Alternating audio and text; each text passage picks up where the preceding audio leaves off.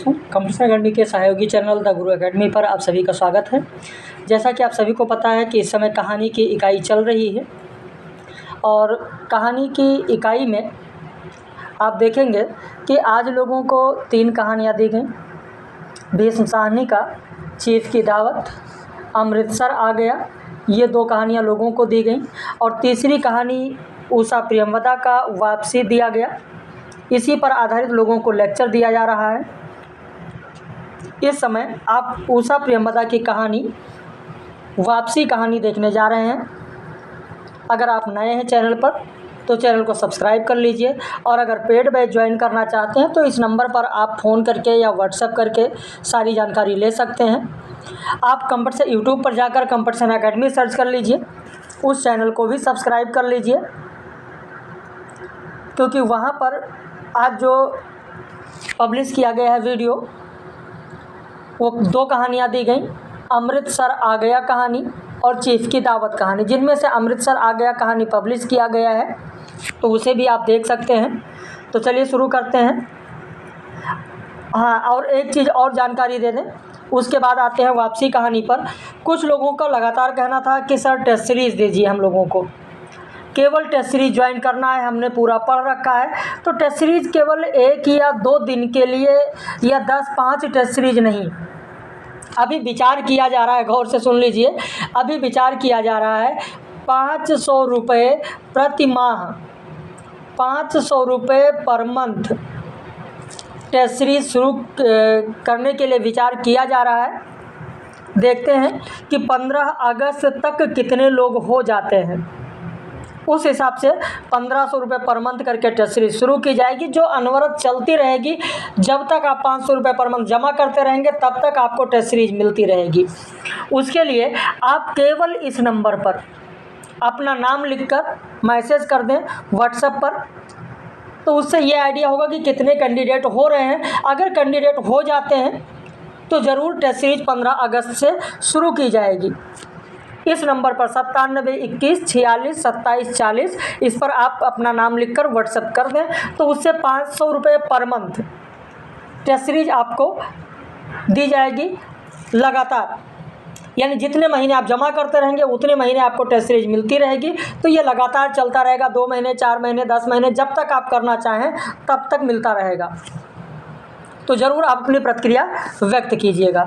तो शुरू करते हैं उषा प्रियंवदा की कहानी वापसी। लेकिन उससे पहले उषा प्रियंवदा के बारे में जानते हैं, जिनका जन्म 24 सितंबर 1930 को कानपुर में हुआ। इनका पहला उपन्यास है 55 खंबे लाल दीवारें, बहुत बार परीक्षाओं में पूछा गया। ये उपन्यासकार के साथ साथ कहानीकार भी हैं। इनके उपन्यास हैं रुकोगी नहीं राधिका, शेष यात्रा, अंतर्वशी, भया कबीर, उदासी, बहुत ही महत्वपूर्ण है, नदी, अल्प विराम, ये सब इनके उपन्यास हैं। इनके कहानी संग्रह की अगर बात करें, कहानी संग्रह, तो इनका जो कहानी संग्रह है उस कहानी संग्रह के बारे में आप देखेंगे कि बात होती है फिर बसंत आया, फिर बसंत आया। भले ही ये सबसे पहले प्रकाशित हुआ है, लेकिन जब आप हिंदी कहानी का विकास मधुरेश की किताब पढ़ेंगे तो वहाँ पर मधुरेश ने कहा है कि उषा प्रियंवदा ने अपने पहले संग्रह फिर बसंत आया को अब वह अपनी रचनाओं में शामिल नहीं करती हैं। तो फिर बसंत आया ये उन्हीं का है। कहानी संग्रह है जिंदगी और गुलाब के फूल, इसी में वापसी कहानी संकलित है। जिंदगी और गुलाब के फूल, ये वही जिंदगी और गुलाब के फूल है जिसके बारे में कुंवर नारायण का एक कथन है। कुंवर नारायण, इसीलिए कहते हैं कॉपी पेन लेकर बैठा करिए आप लोग। बहुत सारी चीज़ें पीडीएफ में नहीं होती हैं, समझाई जाती हैं। जिस तरीके से ऑफलाइन कक्षाओं में समझाई जाती हैं ठीक उसी तरीके से यहाँ भी समझाया जाता है। तो आप कॉपी पेन लेकर बैठें तभी लेक्चर देखें, ताकि जो चीज़ें बताई जाएँ उन्हें आप लिखते चलें। तो कुंवर नारायण, जैसे मैंने बताया फिर बसंत आया, या कुंवर नारायण की बात बताने जा रहे हैं, तो ये सारी चीज़ें आप लिखते चलें। कुंवर नारायण ने जिंदगी और गुलाब के फूल के संदर्भ में आधुनिकता की तरफदार कहा है उषा प्रियंवदा को। आधुनिकता का तरफदार। अब ये आपके लिए प्रश्न बनता है कि आधुनिकता की तरफदार उषा प्रियंवदा को किसने कहा? उषा प्रियंवदा को आधुनिकता की तरफदार किसने कहा? तो कुंवर नारायण ने कहा। या कुंवर नारायण ने आधुनिकता के तरफदार किसे कहा? तो उषा प्रियंवदा को कहा। या कुंवर नारायण ने उषा प्रियंवदा की किस रचना के आधार पर आधुनिकता की तरफदार कहा? तो जिंदगी और गुलाब के फूल। तो ये सारी चीज़ें आपको ध्यान रखनी है। एक कोई दूसरा कहानी संग्रह जिसमें 7 कहानियां संकलित है। एक कोई दूसरा, झूठा दर्पण, कोई नहीं, सागर पार का संगीत, पिघलती हुई बर्फ, चांदनी में बर्फ पर टूटे हुए। तो ये सब कोई दूसरा कहानी संग्रह में, एक कोई दूसरा कहानी संग्रह में संकलित है। इसके अलावा और भी कहानी संग्रह मेरी प्रिय कहानियां हैं, वनवास है, कितना बड़ा झूठ है, शून्य है, संपूर्ण कहानियां हैं, फिर बसंत आया। अब यहाँ पर थोड़ी सी बात करनी हमको, फिर बसंत आया जिसे वो अपनी पहली कहानी संग्रह में नहीं मानती हैं, ये बात मैंने की। वनवास की अगर बात करें तो वनवास कहानी इन्होंने कहाँ लिखा था? वनवास कहानी इन्होंने अमेरिका में लिखा था। वनवास कहानी इन्होंने कहाँ लिखा? तो अमेरिका में लिखा। इसके अलावा इनकी पहली कहानी कौन सी है? उषा प्रियंवदा की पहली कहानी कौन सी है और किस पत्रिका में प्रकाशित हुई थी? कितने लोगों को पता है? कमेंट करके बताइएगा। अगर नहीं पता है तो भी कमेंट करिएगा कि सर नहीं पता था, मैं बता रहा हूँ, लिख लीजिए। उषा प्रियंवदा की पहली कहानी लाल चूनर है। उषा प्रियंवदा की पहली कहानी लाल चूनर है जो कि सरिता पत्रिका में प्रकाशित हुई थी। उषा प्रियंवदा की पहली कहानी है लाल चूनर जो सरिता पत्रिका में प्रकाशित हुई थी। उषा प्रियंवदा के गुरु का क्या नाम था? उषा प्रियंवदा के गुरु का नाम अगर नहीं जानते हैं तो वह भी लिख लें। उषा प्रियंवदा के गुरु का नाम था प्रकाश चंद्रगुप्त। प्रकाश चंद्रगुप्त, प्रकाश चंद्रगुप्त, इसे भी लिख लीजिएगा, प्रकाश चंद्रगुप्त। कितना बड़ा झूठ कहानी संग्रह में 8 कहानियां संकलित हैं। संबंध, प्रतिध्वनि, कितना बड़ा झूठ, ट्रिप, नींद, सुरंग, स्वीकृति, मछलियां। वापसी कहानी पर समीक्षा भी लिखी गई है। वापसी कहानी पर किसने समीक्षा लिखी है? तो अनामिका ने लिखा है। अनामिका ने किस शीर्षक से समीक्षा लिखा है? तो लिखा है कि लौट के बुद्धू तो घर को आए पर बुद्ध की प्रबुद्ध नहीं। यह समीक्षा लिखी गई है अनामिका द्वारा। किस कहानी पर? वापसी कहानी पर, जिसका प्रकाशन वर्ष है 1960। तो यह भी तथ्य बन सकता है कि लौट के बुद्धू तो घर को आए पर बुद्ध प्रबुद्ध नहीं। यह किसके द्वारा लिखा गया? अनामिका के द्वारा। किस कहानी पर लिखा गया? वापसी कहानी पर। वापसी कहानी किसकी है? उषा प्रियंवदा की है। तो ये वापसी की, जब लौट के बुद्धू तो घर को आए पर प्रबुद्ध नहीं, तभी एक बात याद आती है कि जब हम वापस आएंगे तो पहचाने ना जाएंगे। हो सकता है हम लौट आए पक्षी की तरह और तुम्हारी बगिया के किसी नीम पर बसेरा करें, फिर जब तुम्हारे वरामदे के पंखे के ऊपर घोंसला बनाएं। जब हम वापस आएंगे तो पहचाने ना जाएंगे। ये कविता भी है, वापसी कविता। जानते हैं वापसी कविता किसकी है? जो पंक्तियां मैंने अभी आपको सुनाई, ये पंक्तियां किसकी है? नहीं पता? लिख लीजिए। वापसी कहानी तो उषा प्रियंवदा की, जिसकी हम लोग बात करने जा रहे हैं। वापसी कविता भी है, वापसी कविता। क्योंकि कभी कभी ऐसे प्रश्न आ जाते हैं, फिर लोग परेशान होते हैं, ये तो नहीं पढ़ा। अशोक वाजपेयी का वापसी शीर्षक उपन्यास भी है। वापसी शीर्षक उपन्यास भी है, जिसमें 2 भाई फौज में भर्ती होते हैं। एक भाई हिंदुस्तान में होता है, एक भाई पाकिस्तान में होता है। गुलशन नंदा का उपन्यास है। वापसी कविता अशोक वाजपेयी, वापसी उपन्यास गुलशन नंदा और वापसी कहानी भी लिखी गई है उषा प्रियंवदा के अलावा। वापसी कहानी चंद्रगुप्त विद्यालंकार ने लिखी है। ध्यान रखिएगा, इसीलिए कॉपी पेन की बात करते हैं कि कॉपी पेन लेकर बैठे। वापसी कविता अशोक वाजपेयी, वापसी उपन्यास गुलशन नंदा, वापसी कहानी चंद्रगुप्त विद्यालंकार। और जिस वापसी कहानी की बात करने जा रहे हैं वो है उषा प्रेमवदा का, जिसमें पात्र हैं गजाधर बाबू, अमर, नरेंद्र, बसंती और अन्य गौड़ पात्र हैं।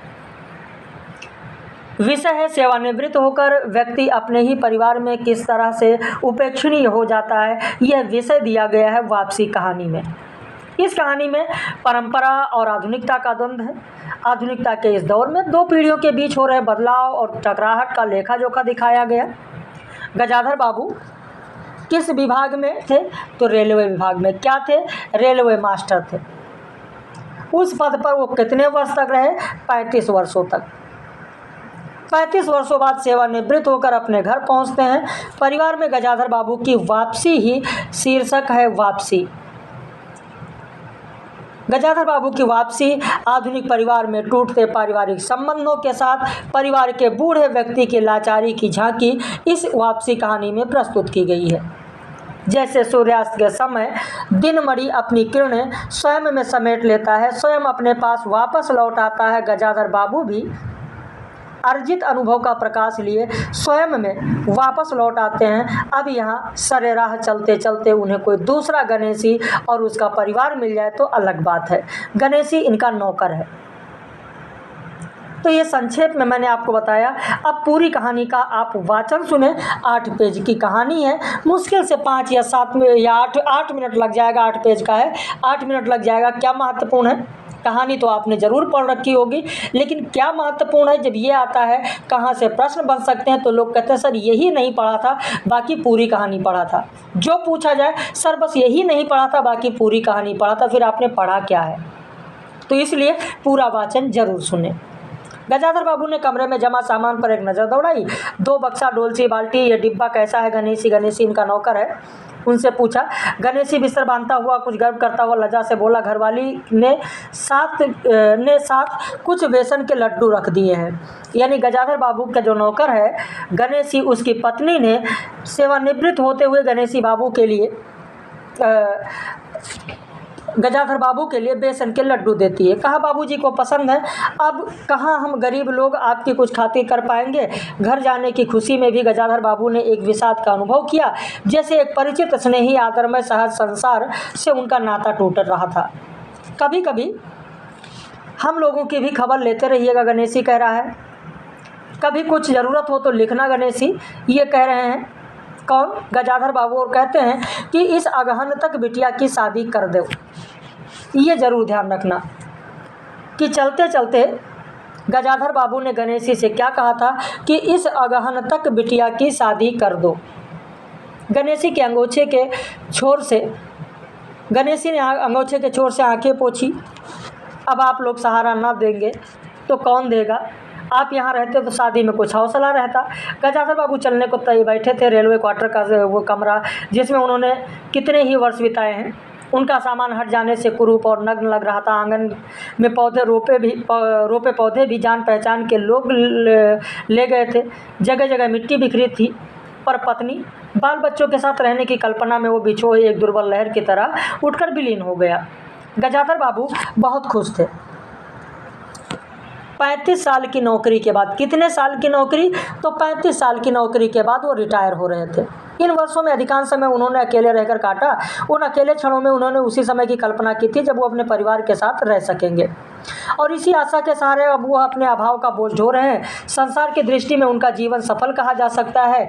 उन्होंने शहर में एक मकान बनवा लिया था। बड़े लड़के का क्या नाम था? अमर। अब यहाँ पर आपको ये सारी चीज़ें ध्यान देना है। बड़े लड़के अमर और लड़की कांति की शादी कर दी थी। यानी बड़े लड़के अमर की और एक लड़की थी कांति, उसकी शादी कर दी थी। 2 बच्चे ऊंची कक्षाओं में पढ़ रहे थे। गजाधर बाबू नौकरी के कारण प्रायः छोटे स्टेशन पर रहे और उनके बच्चे और पत्नी शहर में, जिससे पढ़ाई में बाधा न हो।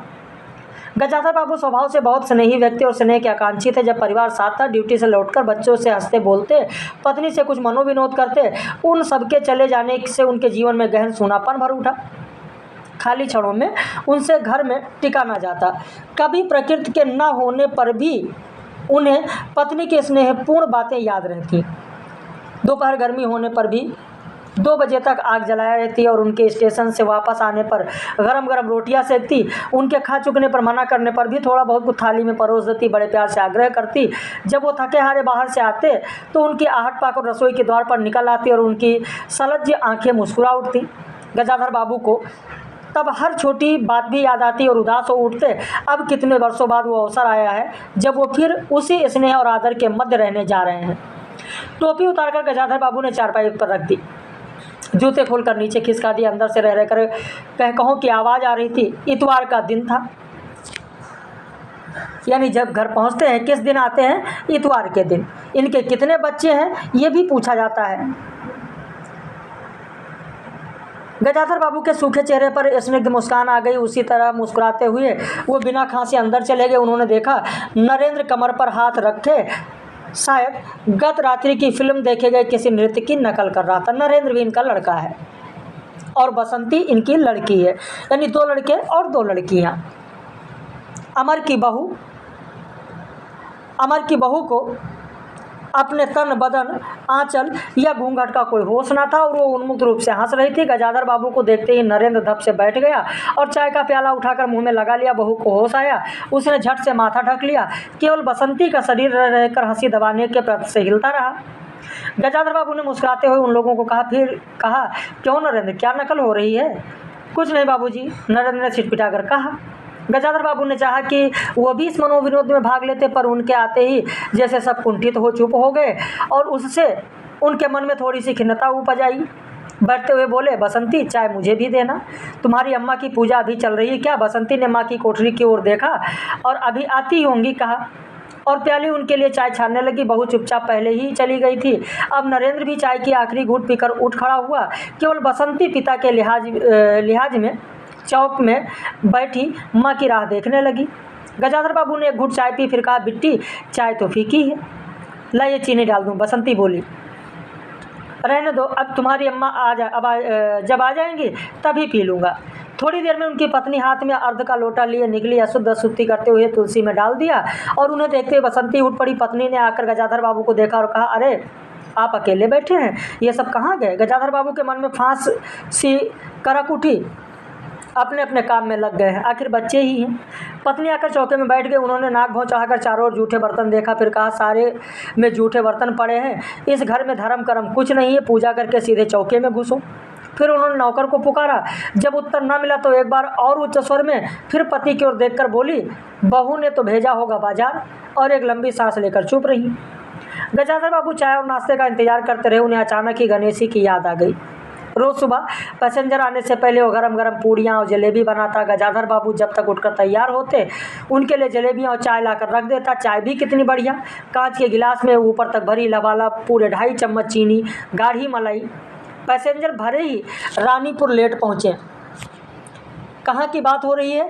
रानीपुर की बात हो रही है। ये बहुत ही महत्वपूर्ण। कुछ लोग कहेंगे, सर कहाँ की बात हुई है, किस स्टेशन की बात हुई है, मुझे तो पता ही नहीं, मैंने तो ध्यान ही नहीं दिया। पैसेंजर भरे ही रानीपुर लेट पहुँचे। गणेशी ने चाय पहुँचाने में देरी कभी नहीं की। क्या मजाल कि कभी उसने कुछ कहना पड़े। पत्नी का शिकायत भरा स्वर सुन उनके विचार में व्याघात हुआ। वो कह रही थी, सारा दिन इस खिचखिच से निकल जाता है, इसी गृहस्थी का धंधा पीटते पीटते उम्र बीत गई, कोई जरा हाथ भी नहीं बटाता। बहू क्या करती रहती है? गजाधर बाबू ने पूछा। तो कहती है, पड़ी रहती है। बसंती, तो फिर कहो कि कॉलेज जाना होता है। गजाधर बाबू ने जोश में आकर बसंती को आवाज़ दी। बसंती भाभी के कमरे से निकली तो गजाधर बाबू ने कहा, बसंती आज से शाम का खाना बनाने की जिम्मेदारी तुम पर है, सुबह का भोजन तुम्हारी भाभी बनाएंगी। बसंती मुँह लटका कर बोली, बाबूजी पढ़ना भी तो होता है। गजाधर बाबू ने बड़े प्यार से सुलझाया, तुम सवेरे पढ़ लिया करो, तुम्हारी माँ बूढ़ी हुई हैं, उनके शरीर में अब वो शक्ति नहीं बची है। तुम हो, तुम्हारी भाभी है, दोनों मिलकर काम में हाथ बटाना चाहिए। बसंती चुप रह गई। उसके जाने के बाद उसकी माँ ने धीरे से कहा, पढ़ने का तो बहाना है, कभी जी नहीं लगता। कैसे लगे? शीला से ही फुर्सत नहीं। बड़े बड़े लड़के हैं उसके घर में, हर वक्त वहाँ घुसा रहता है, मुझे अच्छा नहीं सुहाता, मना करूँ तो सुनती नहीं है। यानी बसंती किसके घर में आती जाती है? पड़ोसी कौन है? शीला। नाश्ता करके गजाधर बाबू बैठक में चले गए। घर छोटा था और ऐसी व्यवस्था हो चुकी थी कि उसमें गजाधर बाबू के रहने के लिए कोई स्थान नहीं बचा था। जैसे किसी मेहमान के लिए कोई अस्थायी प्रबंध कर दिया जाता, उसी तरीके से बैठक में कुर्सियों को दीवार से सटाकर बीच में गजाधर बाबू के लिए पतली सी चारपाई डाल दी गई। गजाधर बाबू उस कमरे में पड़े पड़े कभी कभी अनायास ही इस अनास्थायित्व का अनुभव करने लगते। उन्हें याद हो आती उन रेलगाड़ियों की जो आती और थोड़ी देर रुककर किसी और लक्ष्य की ओर चली जाती। घर छोटा होने के कारण बैठक में ही अब अपना प्रबंध किया था। उनकी पत्नी के पास अंदर एक छोटा कमरा अवश्य था, पर उसमें एक और अचारों के मर्तबान, दाल चावल, कनस्तर, घी, डिब्बे ये सब भरा था। दूसरी तरफ रजाई, गद्दे ये सब बंद पड़े थे। बसंती के कपड़े लापरवाही से उसी कमरे में पड़े रहते थे। वो भरसक उस कमरे में नहीं जाते थे। घर का दूसरा कमरा अमर और उसकी बहू के लिए था। तीसरा कमरा जो सामने की ओर था वो बैठक था। गजाधर बाबू के आने से पहले उसमें अमर के ससुराल से आया बेंत की 3 कुर्सियों का सेट पड़ा था। कुर्सियों पर नीली गद्दियाँ और बहू के हाथों के कड़े कुशन थे। जब कभी उनकी पत्नी को कोई शिकायत करनी होती तो अपनी चटाई बैठक में डाल पड़ जाती और वो एक दिन चटाई लेकर आ गई। गजाधर बाबू ने घर गृहस्थी की बातें छेड़ी। वो घर का रवैया देख रहे थे। बहुत हल्के से उन्होंने कहा कि अब हाथ में पैसा कम रहेगा, कुछ खर्च कम होना चाहिए क्योंकि रिटायर हो गया हूँ। सभी खर्च तो वाजिब हैं, किसका पेट काटूं?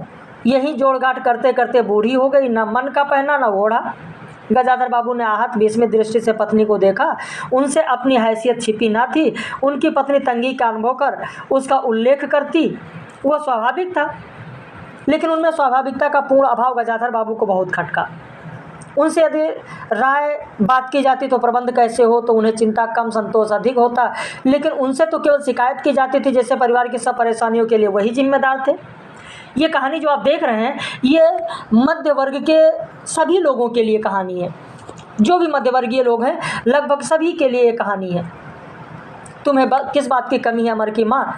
घर में बहू है, लड़के बच्चे हैं, सिर्फ रुपए से ही आदमी अमीर नहीं होता। ये बहुत ही महत्वपूर्ण कथन है, सिर्फ रुपए से ही आदमी अमीर नहीं होता। गजाधर बाबू ने कहा और कहने के साथ ही अनुभव किया ये उनकी आंतरिक अभिव्यक्ति थी। ऐसी ही उनकी पत्नी नहीं समझ सकती। हाँ, बड़ा सुख है न बहू से, आज रसोई करने गई है, देखो क्या होता है, कहकर पत्नी ने आंखें मूंदी और सो गई। गजाधर बाबू पत्नी को देखते रह गए। यही थी क्या उनकी पत्नी जिनके हाथों से कोमल स्पर्श, उसकी मुस्कान की याद में उन्होंने संपूर्ण जीवन काट लिया था। उन्हें लगा कि यह वातावरण युवती के जीवन के राह में कहीं खो गई और उसकी जगह आज जो स्त्री है वो उसके मन और प्राण के लिए नितांत अपरिचित है। गाढ़ी नींद में डूबी उनकी पत्नी का भारी सा शरीर बहुत बेडौल और कुरूप लग रहा था। चेहरा श्रीहीन और रूखा था। गजाधर बाबू देर तक निसंग दृष्टि से पत्नी को देखते रहे, फिर लेटकर छत की ओर ताकने लगे। अंदर कुछ गिरा और उनकी पत्नी हड़बड़ाहट में उठ बैठी। लो, बिल्ली ने कुछ गिरा दिया शायद, और वो अंदर भागी। थोड़ी देर में दौड़कर आई तो उनका मुंह फूला हुआ था। देखो, बहू को चौका खुला छोड़ाई, बिल्ली ने दाल की पतीली गिरा दी। सभी तो खाने को हैं, अब क्या खिलाऊंगी? वो सांस लेने को रुकी और बोली, एक तरकारी और 4 पराठे बनाने में सारा डिब्बा का घी उड़ेल कर रख दिया। जरा सा दर्द नहीं है, कमाने वाला हाड़ तोड़े और यह चीज़ें लूटे। मुझे तो मालूम था कि ये सब काम किसी के बस का नहीं है। गजाधर बाबू को लगा कि पत्नी कुछ और बोलेगी तो उसके कान झंझना उठेंगे। होंठ भींच करवट लेकर उन्होंने पत्नी की ओर पीठ कर ली। रात को भोजन बसंती ने जानबूझकर ऐसा बनाया कि कौर तक न निकला जा सके। गजाधर बाबू चुपचाप खाकर उठ गए, पर नरेंद्र थाली सरकाकर उठ खड़ा हुआ और बोला, मैं ऐसा खाना नहीं खा सकता। बसंती तुनक कर बोली, तो न खाओ, कौन तुम्हारी खुशामद करता है? तुमसे खाना बनाने को कहा किसने था? नरेंद्र चिल्लाया। कहता है बाबूजी ने। बाबूजी को बैठे बैठे यही सूझता है। बसंती को उठाकर माँ ने नरेंद्र को मनाया और अपने हाथ में कुछ बनाकर खिलाया। गजाधर बाबू ने बाद में पत्नी से कहा, इतनी बड़ी लड़की हो गई है और उसे खाना बनाने तक का शऊर नहीं आया। अरे आता सब कुछ है, करना नहीं चाहती, पत्नी ने उत्तर दिया। अगली शाम माँ को रसोई में देख कपड़े बदल कर बसंती बाहर आई तो बैठक में गजाधर बाबू ने टोक दिया, कहाँ जा रही हो? पड़ोस की शीला के घर, बसंती ने कहा। कहते हैं कोई ज़रूरत नहीं, अंदर जाकर पढ़ो। कुछ देर अनिश्चित खड़े रहकर बसंती अंदर चली गई। गजाधर बाबू शाम को रोज टहलने जाते थे। लौट कर आए तो पत्नी ने कहा, क्या कह दिया बसंती से? शाम से मुँह लपेटे पड़ी है, खाना भी नहीं खाया। गजाधर बाबू खिन्न हो गए। पत्नी की बात का उन्होंने कुछ उत्तर नहीं दिया। उन्होंने मन में निश्चय कर लिया कि बसंती की शादी जल्दी कर देनी है। उस दिन के बाद बसंती पिता से बची बची रहने लगी। जाना होता तो पिछवाड़े से जाती। गजाधर बाबू ने 1-2 बार पत्नी से पूछा तो उत्तर मिला, रूठी हुई है। गजाधर बाबू को और रोष हुआ, लड़की के इतने मिजाज। जाने को रोक दिया तो पिता से बोलेगी नहीं। फिर उनकी पत्नी ने ही सूचना दी कि अमर अलग रहने की सोच रहा है। क्यों? गजाधर बाबू ने चकित होकर पूछा। पत्नी ने साफ साफ उत्तर दिया, अमर और उसकी बहू की शिकायतें बहुत हैं। उनका कहना है कि गजाधर बाबू हमेशा बैठक में पड़े रहते हैं, कोई आने जाने वाला हो तो कहाँ बैठाने, जगह नहीं है। अमर को अब भी वो छोटा सा समझते थे और मौके बेमौके टोक देते थे। बहू को काम करना पड़ता था, सास जब तक फूहड़पन पर ताने देती रहती थी। हमारे आने से पहले भी ऐसी बात हुई थी, गजाधर बाबू ने पूछा। तो पत्नी ने सिर हिलाकर जताया कि नहीं, पहले अमर घर का मालिक बनकर रहता था, बहू को कोई रोक टोक नहीं थी। अमर के दोस्तों का प्राय यही अड्डा जमा रहता था, अंदर से नाश्ता चाय तैयार होकर जाता रहता था, बसंती को भी वही अच्छा लगता था। गजाधर बाबू ने धीमे स्वर में कहा, अमर से कहो जल्दबाजी की कोई ज़रूरत नहीं है। अगले दिन वो सुबह घूम कर लौटे तो उन्होंने पाया कि बैठक में उनकी चारपाई नहीं है। अंदर जाकर पूछने वाले ही थे कि उनकी दृष्टि रसोई के अंदर बैठी पत्नी पर पड़ी। उन्होंने ये कहने को मुँह खोला कि बहू कहाँ है, पर कुछ याद कर चुप हो गए। पत्नी की कोठरी में झांका तो अचार रजाई कनस्तर के मध्य चारपाई लगी पाई। गजाधर बाबू ने अपना कोट उतारा और कहीं टांगने को दीवार पर नज़र दौड़ाई, फिर उसे मोड़कर अलगनी के कुछ कपड़े खिसकाकर एक किनारे टांग दिया। कुछ खाए पिए बिना ही चारपाई पर लेट गए। कुछ भी हो, तन आखिर बूढ़ा ही था। सुबह शाम कुछ दूर टहलने अवश्य चले जाते, पर आते थक जाते थे। गजाधर बाबू को अपना बड़ा सा खुला हुआ क्वार्टर याद आया। निश्चिंत जीवन, सुबह पैसेंजर ट्रेन आने का, स्टेशन की चहल पहल, चिरपरिचित चेहरे, पटरी पर रेल के पहियों की खटखट जो उनके लिए मधुर संगीत की तरह था। तूफान और मालगाड़ी के इंजनों की चिंगाड़ उनकी अकेली रातों की साथी थी। सेठ रामजी लाल के मिल में कुछ लोग कभी कभी पास आ बैठते थे। किसके मिल की बात हो रही है? सेठ रामजी मिल। यहीं पर ये नौकरी करेंगे, यही उनका दायरा था, वही उनके साथी। वो जीवन अब उन्हें एक कोई निधि सा प्रतीत होता है। उन्हें लगा कि वो जिंदगी द्वारा ठगे जा रहे हैं। उन्होंने कुछ चाहा, उससे कुछ एक बूंद भी ना मिली। लेटे हुए घर के अंदर से आते विविध स्वरों को सुनते रहे। बहू और सास की छोटी सी झड़प, बाल्टी पर खुले नल की आवाज़, रसोई के बर्तनों की खटखट और उसी में दो गौरैयों का वार्तालाप। और अचानक ही उन्होंने निश्चय कर लिया कि अब घर की किसी बात में दखल नहीं देंगे। यदि गृह स्वामी के लिए पूरे घर में एक चारपाई की जगह नहीं है, अगर ये कहीं और डाल दी गई तो वहाँ चले जाएंगे। यदि बच्चों के जीवन में उनके लिए कहीं स्थान नहीं है तो अपने ही घर में परदेसी की तरह पड़े रहेंगे। और उस दिन के बाद सचमुच गजाधर बाबू कुछ नहीं बोले। नरेंद्र मांगने आया तो बिना कारण पूछे रुपए दे दिए। बसंती काफ़ी अंधेरा हो जाने के बाद भी पड़ोस में रही तो उन्होंने कुछ नहीं कहा। पर उन्हें सबसे बड़ा गम यह था कि उनकी पत्नी ने भी उनमें कुछ परिवर्तन लक्ष्य नहीं किया। वो मन ही मन कितना भार ढो रहे हैं, इससे वो अनजान ही बनी रही, बल्कि उन्हें पति के घर के मामले में हस्तक्षेप न करने के कारण शांति ही थी। कभी कभी वो कह भी उठती, ठीक ही है, आप बीच में ना पढ़ा करिए, बच्चे बड़े हो गए, हमारा जो कर्तव्य था कर रहे हैं, पढ़ा रहे हैं, शादी कर देंगे। गजाधर बाबू ने आहत दृष्टि से पत्नी को देखा। उन्होंने अनुभव किया कि वो पत्नी और बच्चों के लिए केवल धनोपार्जन के निमित्त मात्र हैं। जिस व्यक्ति के अस्तित्व से पत्नी मांग में सिंदूर डालने की अधिकारिणी है, समाज में उसकी प्रतिष्ठा है, उसके सामने वो 2 वक्त भोजन की थाली रख देने के सारे कर्तव्यों से छुट्टी पा जाती है। वो घी और चीनी के डिब्बों में इतनी रमी हुई है कि अब वही उनकी संपूर्ण दुनिया बन गई है। गजाधर बाबू उनके जीवन के केंद्र नहीं हो सकते। उन्हें तो वो अब शादी के लिए भी उत्साह बुझ गया। किसी बात में हस्तक्षेप न करने के लिए निश्चय के बाद ही उनका अस्तित्व उस वातावरण का एक भाग न बन सका। उनकी उपस्थिति उस घर में ऐसी असंगत लगने लगी जैसी सजी हुई बैठक में उनकी चारपाई थी। उनकी सारी खुशी एक गहरी उदासीनता में डूब गई। इतने सब निश्चयों के बावजूद भी गजाधर बाबू एक दिन बीच में दखल दे बैठे। पत्नी स्वभावानुसार नौकर की शिकायत कर रही थी कि शिकायत कामचोर है, कितना कामचोर है, बाजार की हर चीज़ में पैसा बचाता है, खाने बैठता है तो खाता ही चला जाता है। गजाधर बाबू को बराबर ही महसूस होता रहा कि उनके घर का रहन सहन खर्च उनकी हैसियत से ज़्यादा है। पत्नी की बात कर सुनकर लगा कि नौकर का खर्च बिल्कुल बेकार है, छोटा मोटा काम है, घर में 3 मर्द हैं, कोई ना कोई तो कर ही देगा। उन्होंने उसी दिन नौकर का हिसाब कर दिया। अमर दफ्तर से आया तो नौकर को पुकारने लगा। अमर की बहू बोली कि बाबूजी ने नौकर छुड़ा दिया है। अमर कहता है क्यों? कहते हैं खर्च बहुत है। यह वार्तालाप बहुत सीधा था, पर जिस टोन में बहू बोली गजाधर बाबू को खटक गया। उस दिन भी भारी होने के कारण गजाधर बाबू टहलने नहीं गए। आलस में उठकर बत्ती भी नहीं जलाई। इस बात को बेखबर नरेंद्र माँ से कहने लगा, अम्मा तुम बाबूजी से कहती क्यों नहीं? बैठे बिठाए कुछ नहीं तो नौकर ही छुड़ा दिया। अगर बाबूजी ये समझे कि मैं साइकिल पर गेहूँ रख आटा पिसाने जाऊँगा तो मुझसे ये नहीं होगा।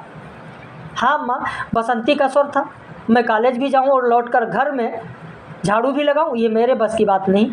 बूढ़े आदमी हैं। अमर कुनकुनाया, चुपचाप पड़े रहें, हर चीज़ में दखल क्यों देते हैं? पत्नी ने बड़े बैंक से कहा, और कुछ नहीं सूझा तो तुम्हारी बहू को ही चौके में भेज दिया। वो गई सो 15 दिन का राशन 5 दिन में बना कर रख दिया। बहू कुछ कहे इससे पहले वो चौके में घुस गई। कुछ देर में अपनी कोठरी में आई और बिजली जलाई तो गजाधर बाबू को लेटे देख बड़ी सिट पिटाई। गजाधर बाबू की मुख मुद्रा में उनके भावों का अनुमान न लगा सकी। वो चुप आंखें बंद किए लेटे रहे। गजाधर बाबू चिट्ठी हाथ में लिए अंदर आए और पत्नी को पुकारा। वो भीगे हाथ लिए निकली और आंचल से पहुँचती हुई पास आ खड़ी हुई। गजाधर बाबू ने बिना किसी भूमिका के कहा, क्या कहा, मुझे सेठ रामजी मल के चीनी मिल में नौकरी मिल गई है। खाली बैठे रहने से तो 4 पैसे घर में आए, वही अच्छा है। उन्होंने तो पहले ही कहा था, मैंने मना कर दिया था। फिर कुछ रुककर जैसे बुझी हुई आग में एक चिंगारी चमक उठे। उन्होंने धीमे स्वर में कहा, मैंने सोचा था कि बरसों तुम सबसे अलग रहने के बाद अवकाश पाकर परिवार के साथ रहूँगा। खैर, परसों जाना है, तुम भी चलोगी? मैं, पत्नी ने सक पका कर कहा, मैं चलूँगी तो यहाँ का काम क्या होगा? इतनी बड़ी गृहस्थी, फिर सयानी लड़की। बात बीच में काटकर गजाधर बाबू थके हताश स्वर में कहा, ठीक है, तुम यहीं रहो, मैंने तो ऐसे ही कहा था, और गहरे मौन में डूब गए। नरेंद्र ने बड़ी तत्परता से बिस्तर बांधा और रिक्शा बुला लाया। गजाधर बाबू का टीन का बक्स, पतला सा बिस्तर, उस पर रख दिया गया। नाश्ते के लड्डू, मठरी की डलिया हाथ में लिए गजाधर बाबू रिक्शे पर बैठ गए। एक दृष्टि उन्होंने अपने परिवार पर डाली और फिर दूसरी ओर देखने लगे। रिक्शा चल पड़ा। उनके जाने के बाद सब अंदर लौट गए। बहू ने अमर से पूछा, सिनेमा ले चलिएगा ना? बसंती ने उछलकर कहा, भैया हमें भी। गजाधर बाबू की पत्नी सीधे चौके में चली गई। बची हुई मठरियों को कटोरदान में रखकर अपने कमरे में लाई और कनस्तरों के पास रख दिया। फिर बाहर आकर कहा, अरे नरेंद्र, बाबूजी की चारपाई कमरे से निकाल दे, उसमें चलने तक की जगह नहीं। तो ये था कहानी वापसी की। कैसी लगी कहानी? बहुत ही मार्मिक कहानी है। हर मध्यवर्गीय सेवानिवृत्त व्यक्ति के जीवन की ये कहानी है। उषा प्रेमवदा ने जिस तरीके से लिखा है, वाकई में समाज में होने वाली इस घटना को उन्होंने उजागर किया है। तो ये ज़रूर बताइएगा। बाकी जो महत्वपूर्ण तथ्य हैं वो मैंने आप लोगों को बताया, उससे आपको अवगत कराया। अपनी प्रतिक्रिया व्यक्त कीजिएगा।